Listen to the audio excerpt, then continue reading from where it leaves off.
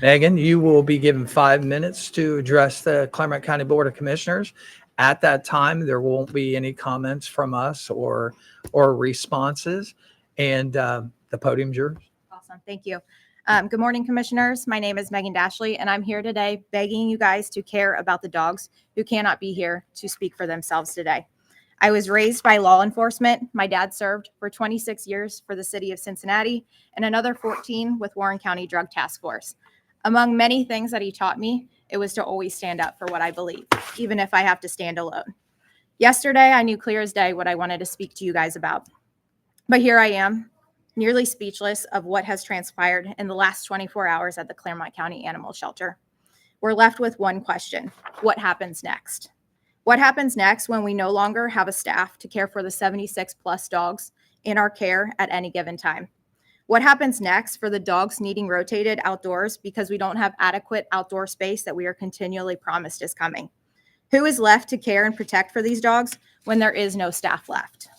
With a decrease in staffing, it has led to decreased hours, decreased adoptions, all while juggling the uptick in owner surrenders, strays, and puppy dumpings. A perfect storm for disaster. Since the end of 2023, the shelter has been understaffed and struggling to bridge the gaps. A staff already struggling to get ahead continue to fall further behind. With every week, an environment has become more toxic, more unhealthy, and more oppressive. The hostile work environment and pressures put on the staff has led to where we are today. The Bureau of Labor Statistics states that animal rescue workers have occupational suicide rate nearly 5 times higher than the average worker.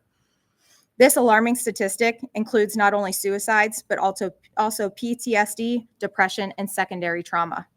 Of the staff remaining, the current environment is severely impacting the quality of life for both themselves and the dogs they care for. Numerous staff members have spoken openly about their depression and low mental health over the last year. One confided in me this week, "I have never been so low mentally and cannot continue to stay in a place that is ultimately going to take my life." With the announcement of our kennel manager putting in her 2 weeks notice, more departures to come, recent firings, and no one up on deck, I do not know how much more the remaining few can take because there's not much left. Daily, these staff members break down into tears, and the volunteers are left to console them. Daily, these staff members have panic attacks and anxiety attacks in the bathroom. Daily, these staff members are belittled and left to pick up the pieces, trying their best to stay afloat. We cannot keep losing good people. We cannot keep firing good people. And we can't keep pushing away the only people who give a damn about the well-being of the dogs in the shelter. We need staffing, and we need to pay them truly livable wages. We need to provide a safe and healthy work environment. We need a leader who is going to be supportive, cultivate teamwork, provide mentorship, build trust, and be committed to the future of the shelter, the dogs, and the staff. A suicidal workforce, no leadership, no cats, a blown medical budget by May, reduced hours, misuse of funding. How can the county see this as a success? You failed the county and the dogs we serve by rejecting the Humane Society's contract proposal. Carolyn Evans knew back then what we're seeing come to fruition now. Under the county's control, we cannot retain the right people. So commissioners, I ask you this: what's your plan? Thank you. Thank you.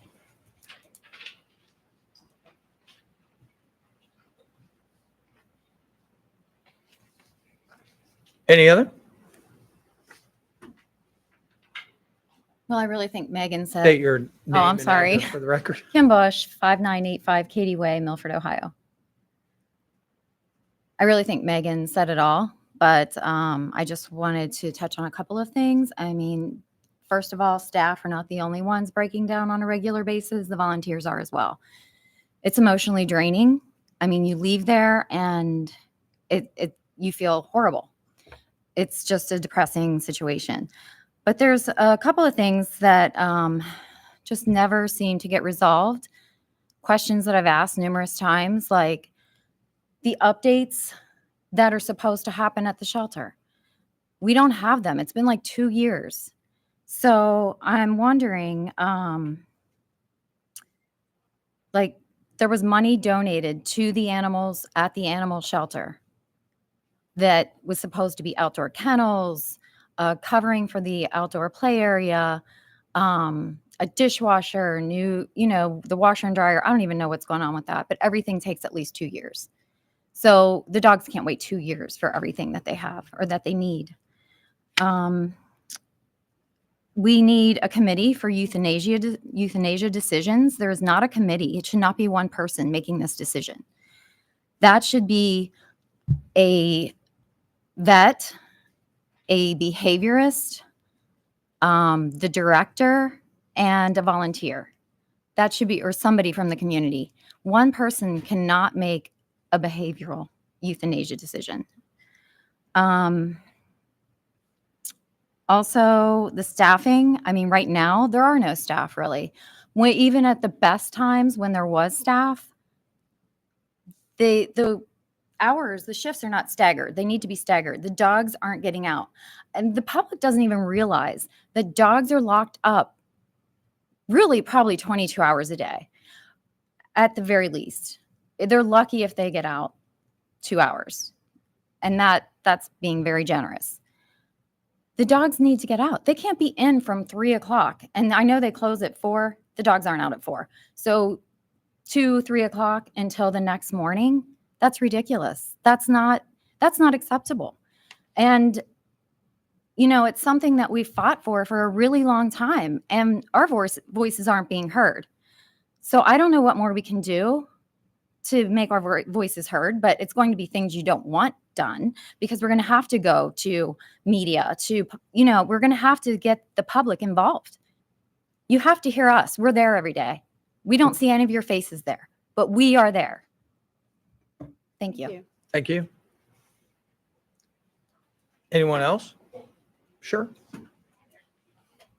Please state your name and address. Thank you. Paula Hayden, 6203 Mallard Trace.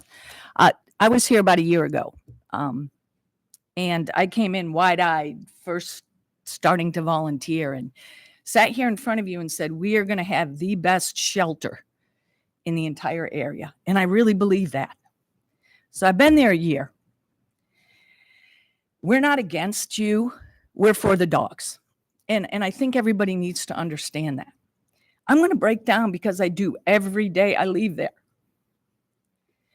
We had $60,000 set aside for new kennels outside. Please understand, Tim was out there measuring, asking what size they should be to Shelby. I was there. Somebody came out and did the wiring so we didn't put the kennels, in and start something on fire.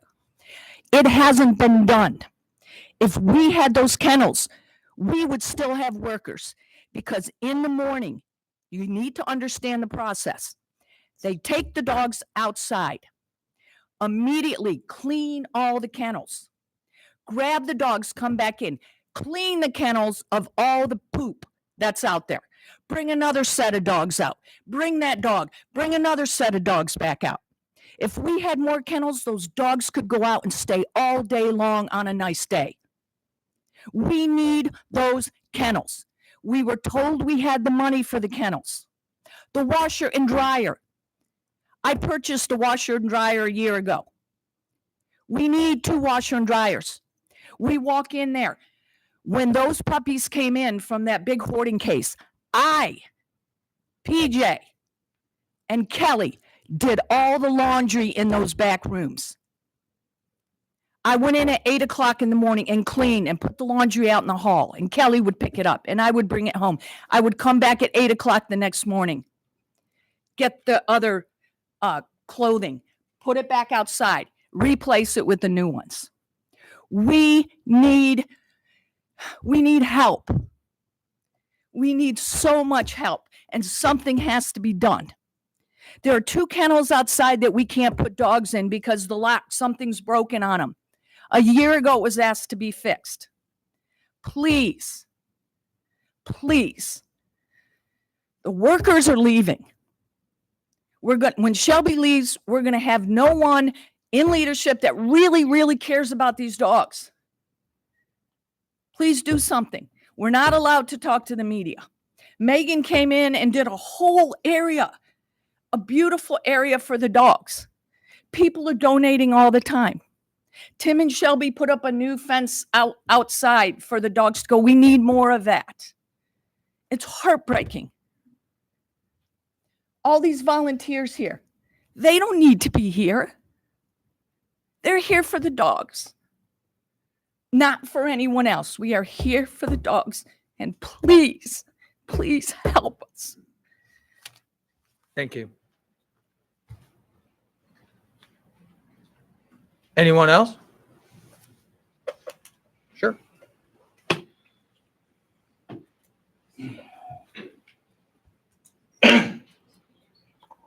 State your name and address for the record. My name is Roger Vogel. I live at 3635 South Hopper Ridge Road. I have been a volunteer for the shelter since February of last year.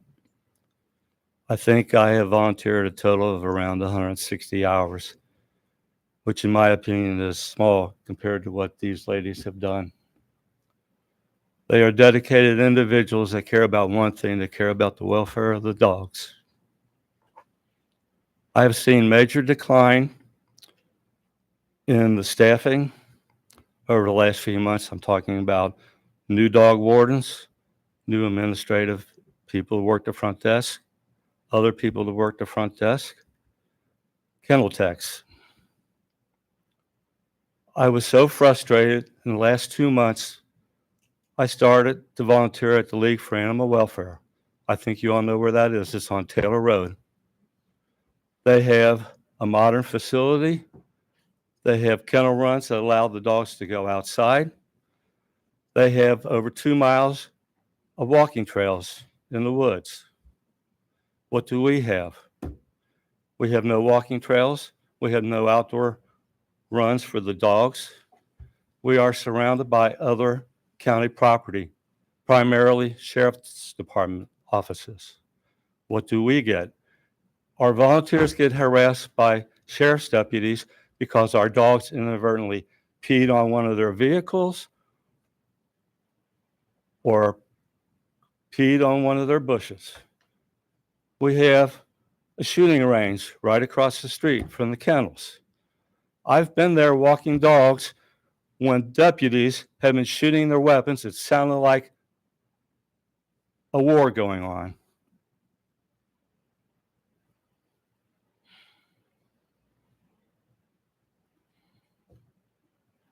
These ladies care about one thing. They care about the welfare of the dogs.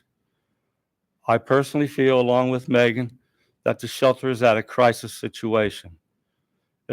I personally feel that it's come to the point that either the shelter gets closed down and all these dogs are transferred to other shelters or other rescues, because we need help. We need staffing help. We need improvements in the shelter facilities. In my opinion is, I don't think that the three of you want to have the media come down on you as to why you cannot operate and function a basic shelter. I know that come November, there's an election. I know that there's individuals who care about the shelter, who have come out to the shelter, who are running for election. So I hope you keep that in mind. Thank you. Thank you.